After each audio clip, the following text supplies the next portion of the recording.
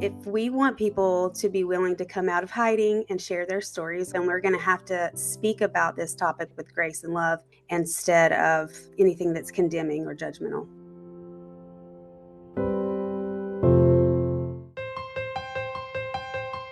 Welcome back to Straight Talk on Life Issues. I'm Victor Nieves, as always, joined by Brad Mattis, president of Life Issues Institute. Today we have a very important conversation. You know, many people don't realize just how many women and men at least consider abortion in their life. Yeah, research shows many women and men in a pregnancy crisis think, this is the end of my life as I know it. And with good reason, based upon what has happened. Well, of course, and the good news is that when they're faced with this challenge, you can be a real blessing in their life just by knowing how to speak to them. They need to know that you care about them for their own sake and that they're not alone. And Victor, listening will help build trust with them and facilitate openness. You can share the truth of love with them, that there is forgiveness and healing after abortion. Today, we'll talk about how to speak to someone who has a past abortion or even is considering having one with three very special guests. First joining us is Tori Shaw, a mother, author, speaker, and the director of Not Forgotten Ministries. We're also joined by Sheila Harper, the founder and president of Save One, an international outreach ministry for men, women, and families that are suffering in silence after an abortion.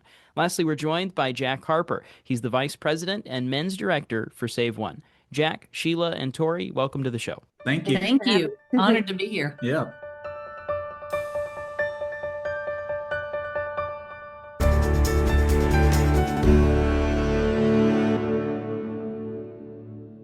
This is a very sensitive issue we're going to be talking about. Can't think of better people to discuss with. First of all, Tori and Sheila, I'd like you to briefly tell us your story. Tori, let's start with you. Well, I was 16 years old and I was super sick, throwing up for weeks, and my mom ended up taking me to the pediatrician, and that's where I found out I was pregnant. And I had no clue. I was very naive. And the doctor herself was actually probably about 8 months pregnant. And she is the one that made the abortion appointment for me. And I remember saying to her, gosh, you must hate me, having to make an appointment like that for me when you're so pregnant. And she said, oh, no, honey, if I were 16, I would have an abortion too. And so I think that made me think it was okay, even though deep down I knew it wasn't. And my mom was in the room and she went along with that. And so the very next morning, my mom took me to the abortion clinic. So I didn't know that I was pregnant for even 24 hours. And so that experience was awful for me. I always tell people I walked in one way and walked out a completely different person. I started to hide.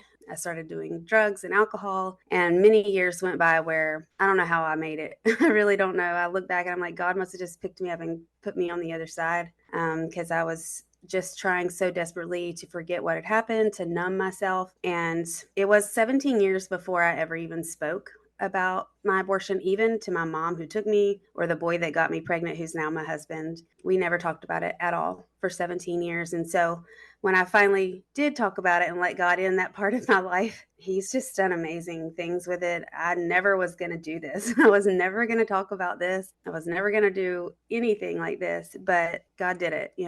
Once I was willing, he did it. Isn't it wonderful how he takes the ashes of our lives and does some pretty spectacular stuff with us? Absolutely. Yeah. Sheila, how about you? Well, so much of my story parallels yours, Tori. I mean, it's a common theme that we hear a lot of times, all of the things that we went through. But I was 19 when I found out I was pregnant. I was in college and I went to my best friend and she said, oh, just have an abortion. It's no big deal. I had one when I was 15. And I remember thinking, well, if she said it's no big deal, it must be no big deal.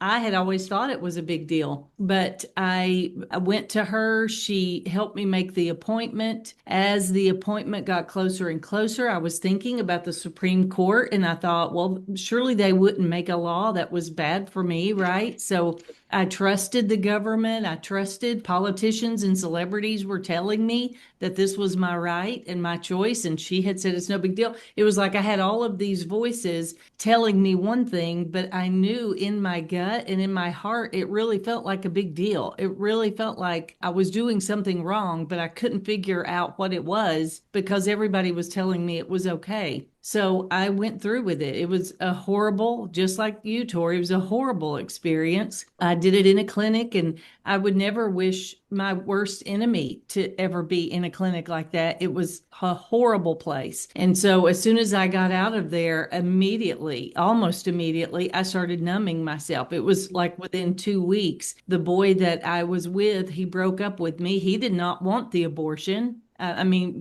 men get so unfairly stereotyped in this situation, but he didn't want the abortion. He broke up with me 2 weeks later. I knew exactly why, and I don't blame him one bit. But it was from that point I started just numbing myself with drugs and alcohol. Within 2 years, I attempted suicide. I tried to die many different ways, just taking massive amounts of drugs and drinking huge quantities of alcohol. And in the middle of it all, I met Jack. We had 2 children right away. I became that helicopter parent where I kept feeling like I got to stay one step ahead of God so he doesn't take my children away and to make me pay for what I did. I took my whole family on this crazy emotional roller coaster I was on.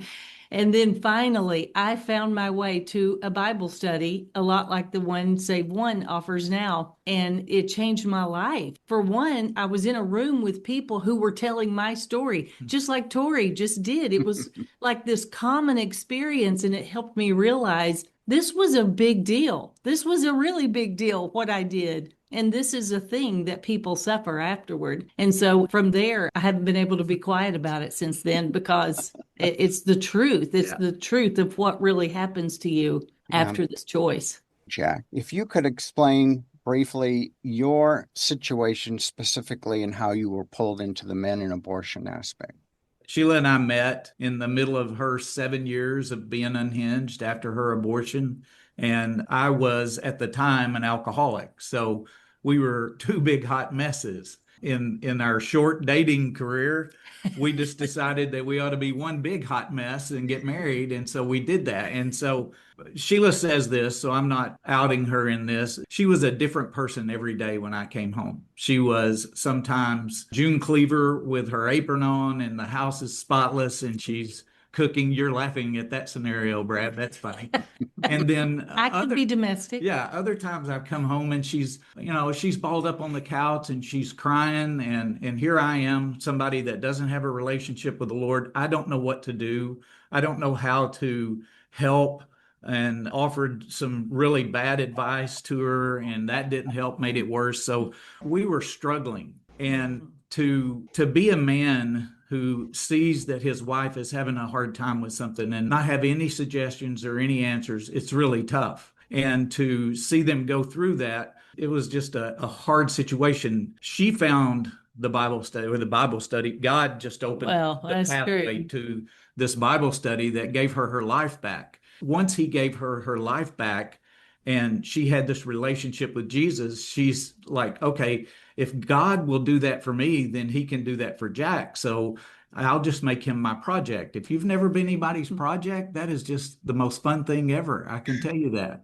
So she just wants me to be in church. She knows that's the answer for me to have an encounter with Jesus. So eventually, after about 6 years, I had a moment in church. I gave my life to the Lord, and then deliverance happened from the alcohol. And so now I have the ability to walk with her in that. So not knowing all of that time is exactly why we have the ripple effect for our ministry. The ripple effect is where I was. I was in something that I didn't know what to do with or how to help. And so that helped me with healing for sure.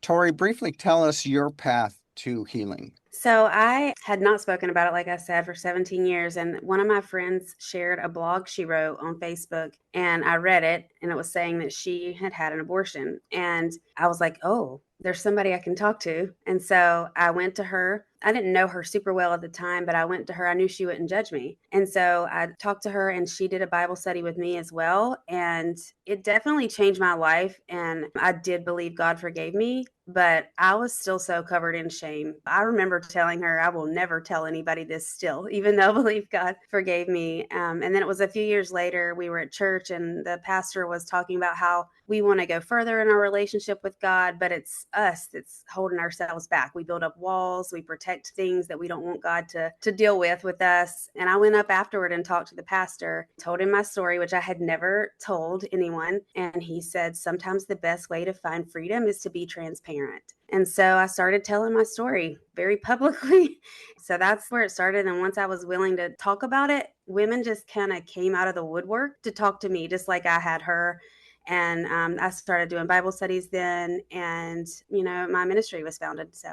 Well, Tori, Sheila, and Jack, I'd like each of you to just give us a brief introduction on how you personally speak to someone who has abortion in their past. Tori? So for me, obviously, since I've had an abortion, I can speak to that because, we have things in common. We probably felt very similar to one another. But my thought about how we should speak to women who have had abortions doesn't just happen when we're talking to that person, but when we're talking in general about abortion and when we are posting on social media and all of those things, everything we say and do, they are watching, they are listening, they are aware of what people think. They might not tell you they've had an abortion, but they know who would be accepting of them and who wouldn't. And so, if we want people to be willing to come out of hiding and share their stories, which I truly believe will change things in the pro-life movement if more and more women and men begin sharing their stories. If we want that to happen, we're going to have to speak about this topic with grace and love instead of anything that's condemning or judgmental.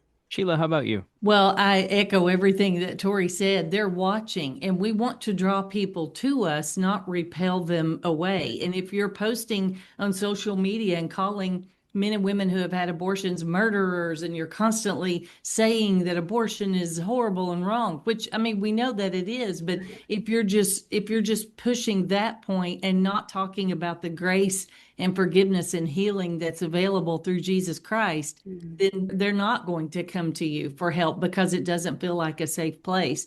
But if we listen, like you've really got to listen. You can't just come at somebody with Bible verses and cliches or call them names or question, how could you do that? Or, there's always all of these circumstances that surround this choice. And when we really listen and become their friend and become that safe place that's non-judgmental, then they come out of the woodwork. It's literally because they know, oh, I can go to this church and deal with this, or I can call this person and talk about this, and they're not going to judge me and reject me. And so having that listening ear, that's the main thing, not listening, getting your response ready, Right. but really listening and being that friend to them. Jack, what would you add? Mostly when I'm talking with somebody, it's from the men's perspective. I'm talking to men. And one of the things that Sheila just said was the circumstances in which people come, and have this abortion wound or they have this experience. Men will maybe not had a voice at all in it, or they were complicit, or they coerced, or there's forced abortion. There's just all of these scenarios. And so, like Sheila said, you have to listen and you have to understand who you're talking to, because everybody's path is different. For me, with a man, I might be dealing with someone who has grief and sorrow, but he doesn't have guilt because he didn't make the decision. And so listening is, I think it's the key, as Sheila said, to be the compassionate response to the abortion issue instead of that militant response, I guess, maybe. Harsh. To be nice. Yeah.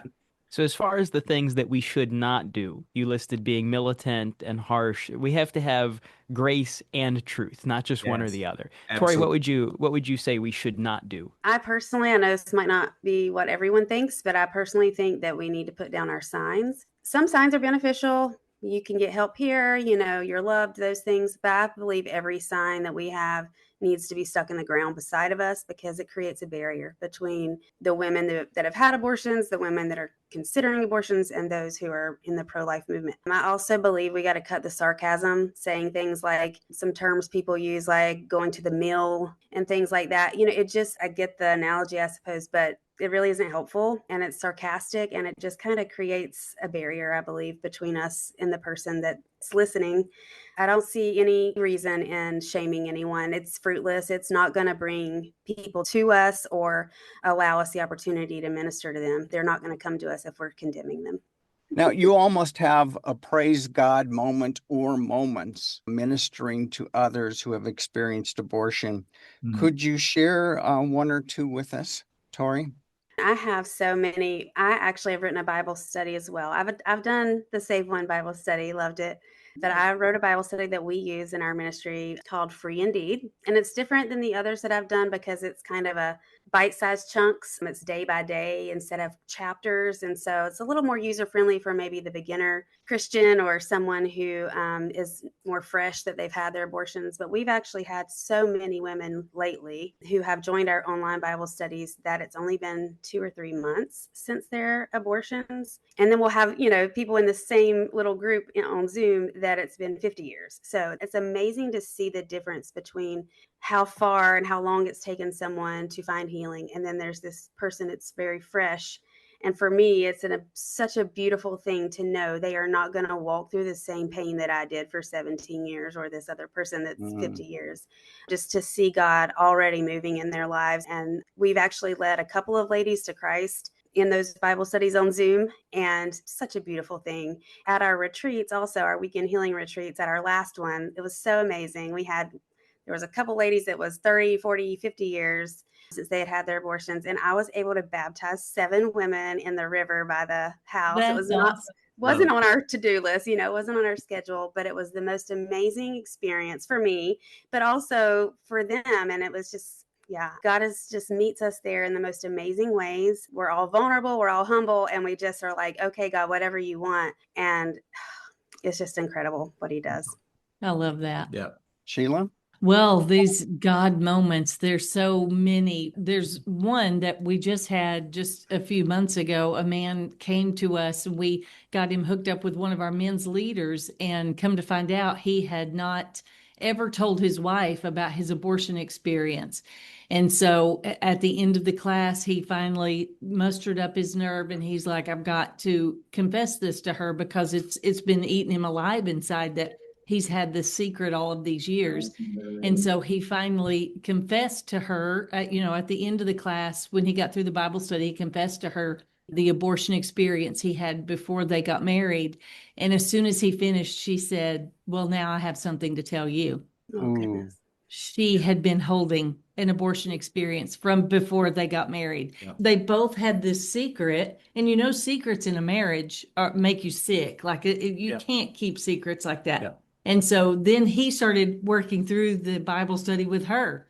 And so it was just absolutely beautiful that they were able to come clean like that, and their marriage healed, and they got so much healthier, and they don't have this secret anymore.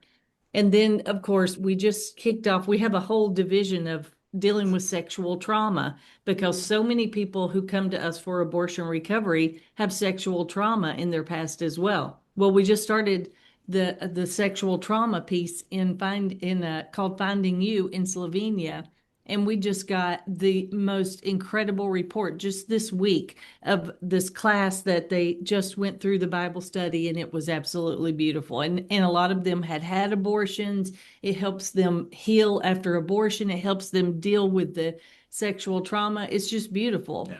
When we draw near to God, he really does draw near to us, and things change for the better. And so it's just a beautiful process that's addictive once you get started.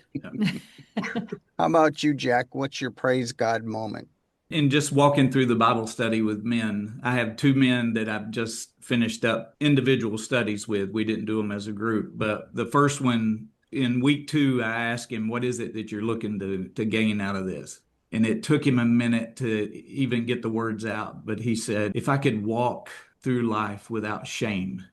And so I know in week 10, when we're finishing up the study, he looked at me with just these bright eyes and he said, I have no shame. I'm free. And I'm like, yes, man, that's what God does. That's what God does. The guy that I just finished with, like this week, in week 2, I asked him that same question. What is it you want to get out of this? And he says, I want to be able to help others, but I can't even talk about it right now.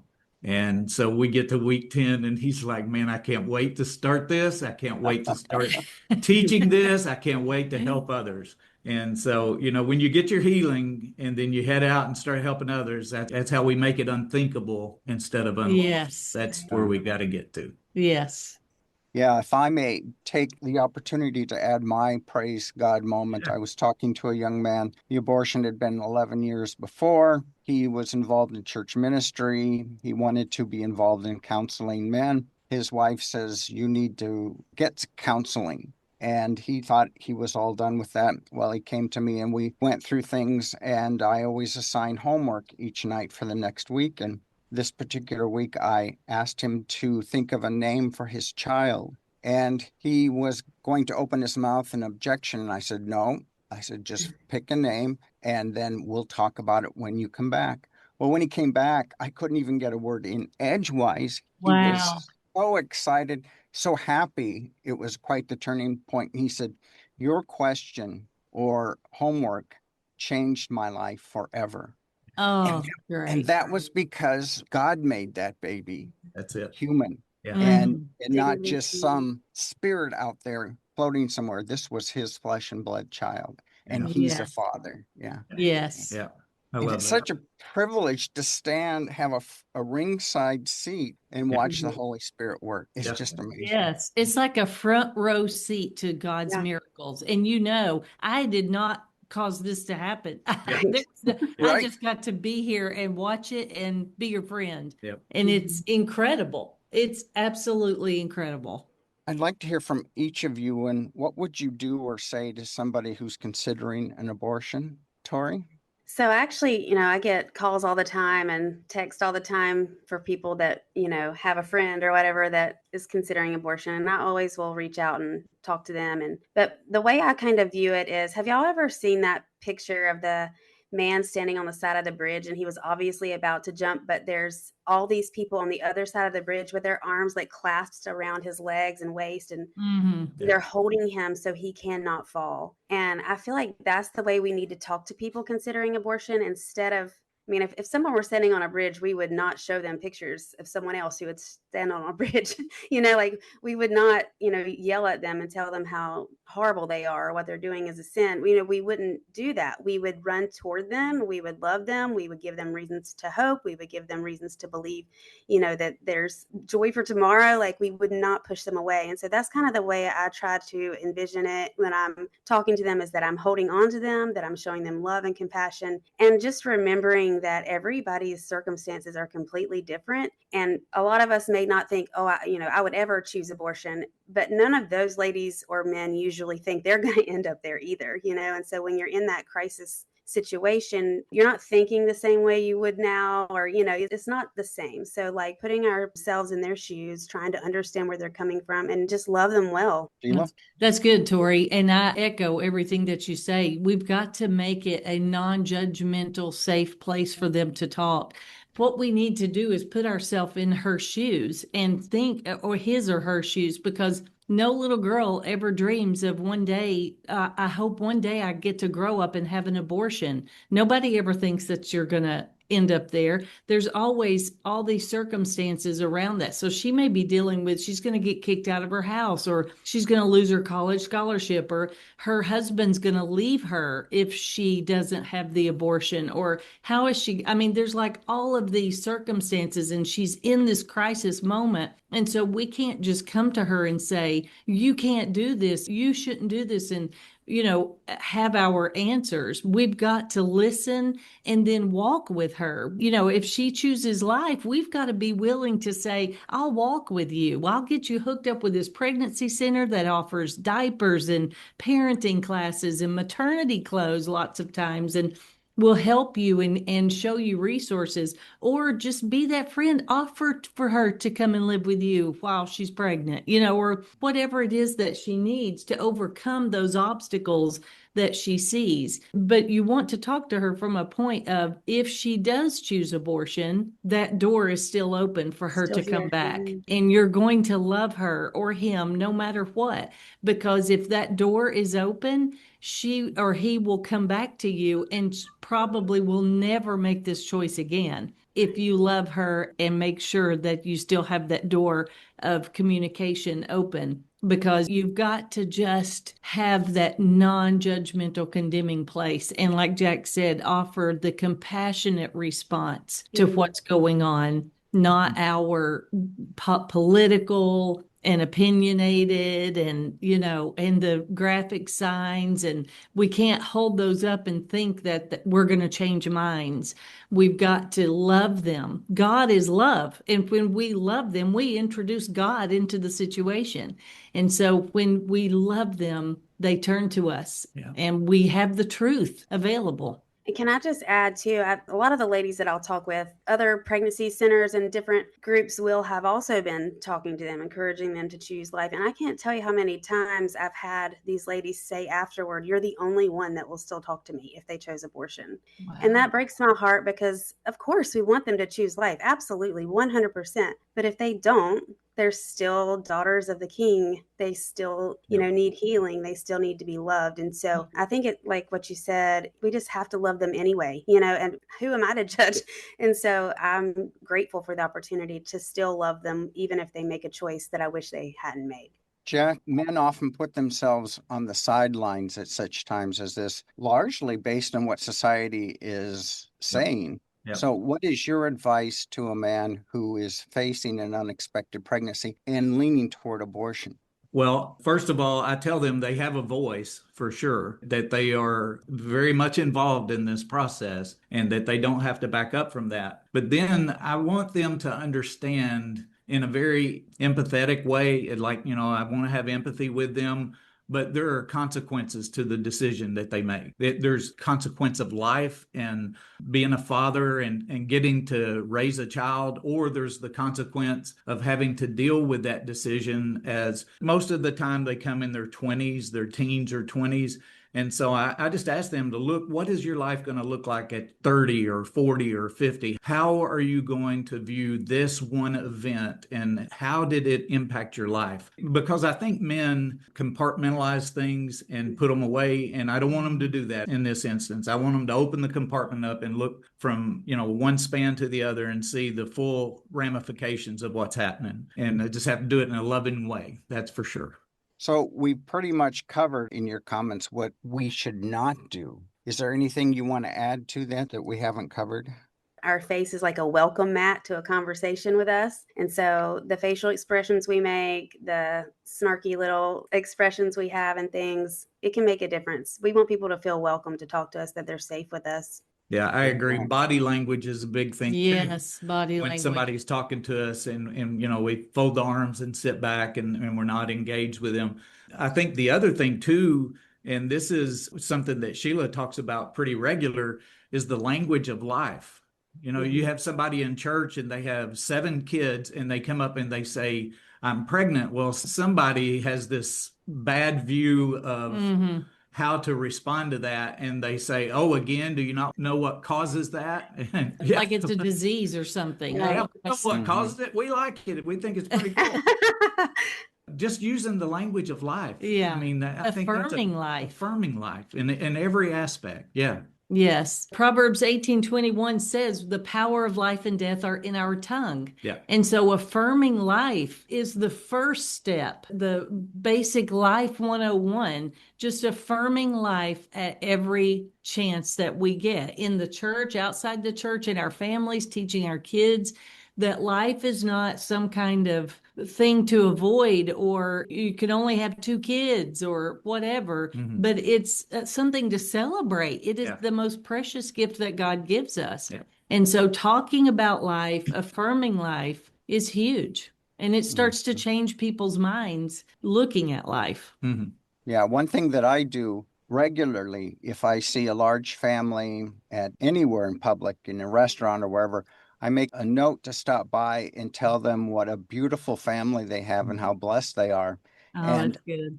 Yeah. Frequently, you can tell on the look on their face, they don't get that message very often. And that really saddens my heart. But I think we all need to say, as you say, use the language of life. That's a good point. Yeah, we have 4 children, my husband and I, and everywhere we go, people will make faces or comments I mean, 4 children really isn't that many compared to some people, but it is for a lot of people.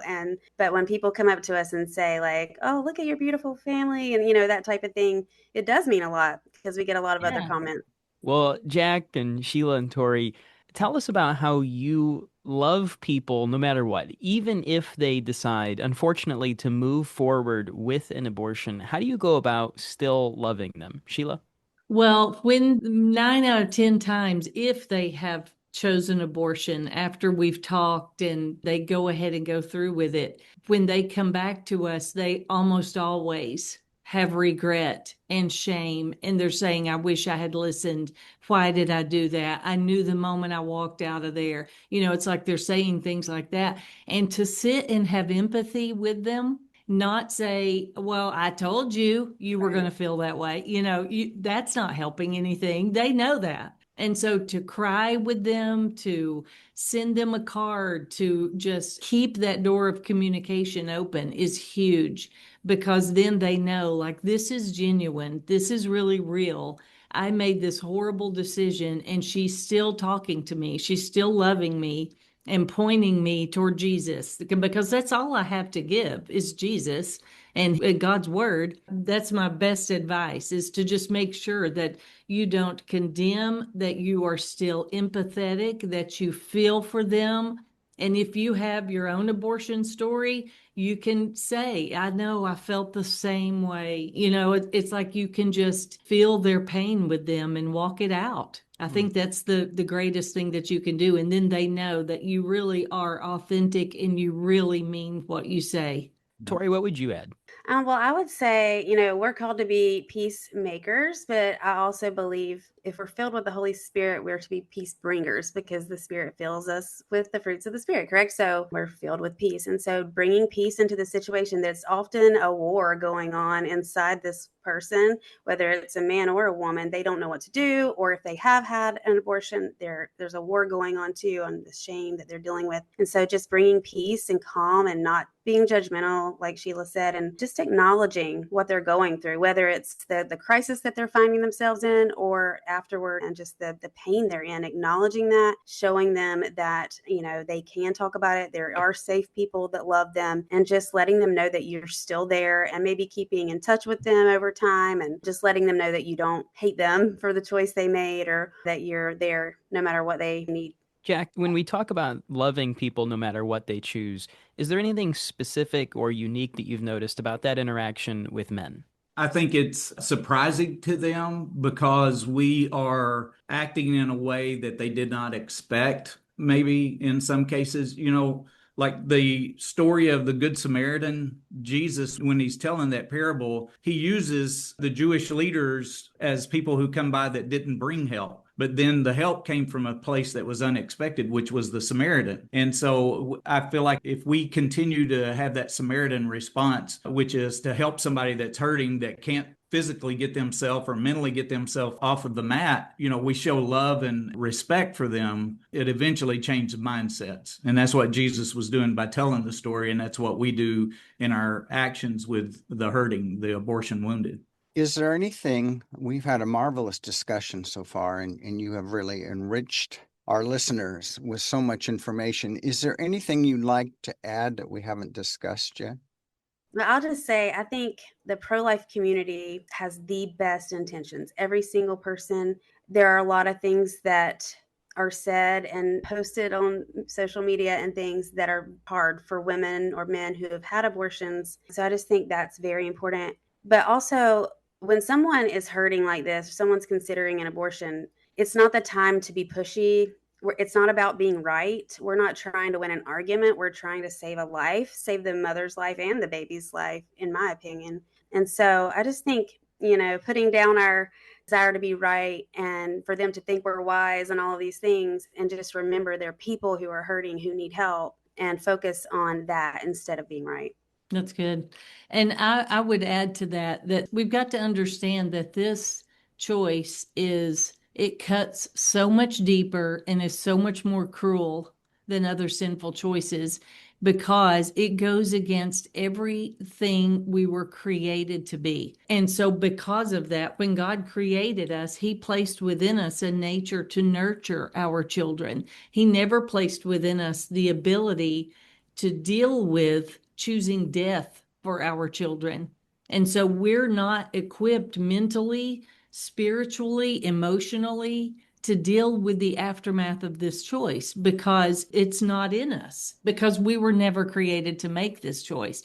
And so when we make this choice, we bring on these God-sized consequences that we're not intended to bear, and we're not outfitted to bear. And so thinking of that and knowing that, it gives you a whole lot more empathy for the person who has made that choice because they can't figure it out. Your normal problem solving skills do not work on the aftermath of abortion because you can't go pay a fine. You can't go back and apologize. You can't fix it. And so you start, on this human level trying to fix this problem, and that is only fixable through a divine intervention.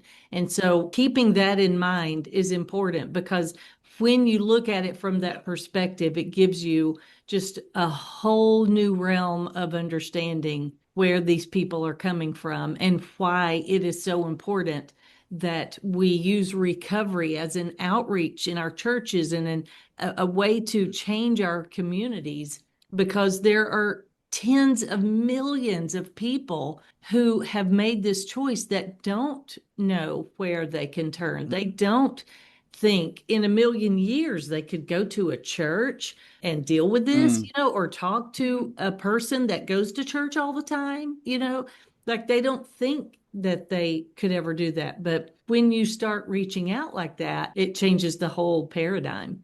Your comments, especially you, Tori, who have talked about verbiage and whatnot, pierces my heart because I'm thinking how many times I've used some of those words. But how do we, as pro-life leaders, and Victor, who will be taking the reins of this organization this fall, how do we walk in both lanes of this path of changing people's minds and educating them about abortion and being sensitive to those who have experienced it? Help us understand what is a good path to follow in that. Well, a shameless plug. I wrote a book called Lead with Love, and it is exactly about that. The whole book, because it's my soapbox. But as someone who has been abortion vulnerable and someone who's had an abortion, there are a lot of things that are true. They're true. Even like Sheila said, calling someone a murderer, at the end of the day, that there's truth there, but it's not helpful. And so I think the main thing is to consider the people listening, not just the pro-life, that people that have always been pro-life and never made a choice like that, but even the people listening that would never admit that they've had an abortion, considering how will they perceive what I'm saying. If what I'm saying is going to come across as harsh and condemning, then I should probably try to reword it. I don't think we should ever avoid truth. We need to tell the truth. We need to be honest about what's happening and what abortion really is, how it affects people, but we need to do it in a way that everyone can perceive it as kind and gentle and empathetic. That's not always easy to do, but I think it's kind of thinking before we speak and just being aware that women and men who've experienced abortion are everywhere. And we're never going to run out of people to help that have been through this. And so the more people that we can help come out of hiding and share their stories, it's my firm belief that men and women who've had abortions are the hidden key in the fight against abortion, because I don't say missing key because we're everywhere, but we're hiding because we're scared of what people are going to think, what people are going to say. And so just being a person that is welcoming, speaking truth in a way that is not condemning, I think is the most important thing. For the listeners or listeners out there who have experienced abortion, it is safe to come to us for help. We will provide that in a non-judgmental fashion, as has been demonstrated in this program. Sheila? Again, I echo everything Tori says. The thing that I feel like is important, especially in a church, like from a pastor's perspective, we pastored for 11 years. And one of the things that I feel like would draw people out of the shadows is we would talk about the sin of abortion and how terrible it is. But anytime we talked about it, we followed it up with healing. But we know that there are people in this congregation who have made this choice, and we want you to know we love you. And we watched our language. We didn't say, call names or say things or get overly political in church or anything like that. But we mainly followed that up with that there's healing and forgiveness. And we know that there's people here who have made this choice. And so following it up always with love and compassion. It's the compassionate response to this issue. And so that's usually what we did when we pastored, and we encourage pastors to do. Can I jump in with one thought, Brad? Absolutely. Generationally, I don't think that at the church or even across the pro-life movement, we talk enough about this issue with the teenage kids, the youth, the middle schoolers, whatever. If we're not talking to them, they're getting information from somewhere. And we don't want them getting their information from TikTok or Instagram and all these other places. We need them to know the truth about what abortion is and what it does to the family, the person who makes the choice, the person who's forced, whatever it is. So we just need to talk about it. It needs to be common conversation. It's not easy conversation, but the truth will prevail. The truth always wins. Yeah, I say if it's a conversation that you feel like it's awkward or you don't want to have, it's probably one you should be having often. That's right. Well, thank you all for joining us, Tori, Sheila, Jack. It's been a real pleasure reconnecting with you. Thank you. Thank you. Yeah. It was our honor.